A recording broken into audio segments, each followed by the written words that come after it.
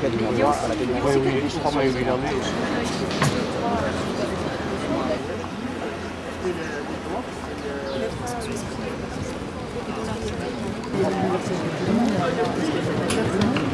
Permettre l'expulsion d'étrangers qui sont malades et qui peuvent pas être soignés dans leur propre pays. L'accueil est plutôt bon. Grenoble est une ville qui a traditionnellement vote peu pour Sarkozy, puisqu'elle a voté à 58% pour Ségolène Royal.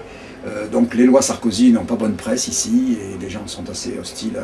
Et donc on a un accueil très favorable à nos propositions. Bien sûr, on a toujours un ou deux râleurs qui disent « ouais, moi je cotise à la Sécu et eux ils vont en bénéficier sans payer », enfin, des trucs comme ça. Mais c'est assez minime, c'est vraiment une infime minorité. Beaucoup de gens, et surtout chez les jeunes, très conscients des problèmes. Nous, ce qu'on constate, c'est que bon, la CMU, ça n'est pas l'idéal, puisque beaucoup de gens qui y auraient accès n'en bénéficient pas, parce que l'accès est trop compliqué. 82% de nos consultations sont des gens qui auraient droit à la CMU ou l'AME, mais qui ne l'ont pas. Il y a des domaines, par contre, où nous sommes un peu privilégiés à Grenoble, c'est celui de la santé mentale, par exemple, où nous avons un pôle précarité psychiatrie. Donc, ces structures légères qui vont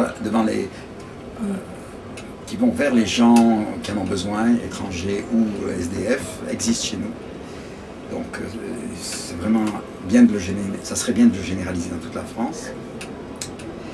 Un autre domaine qui marche un peu bien sur le plan qualitatif, mais insuffisamment sur le plan quantitatif à Grenoble, c'est la PASS.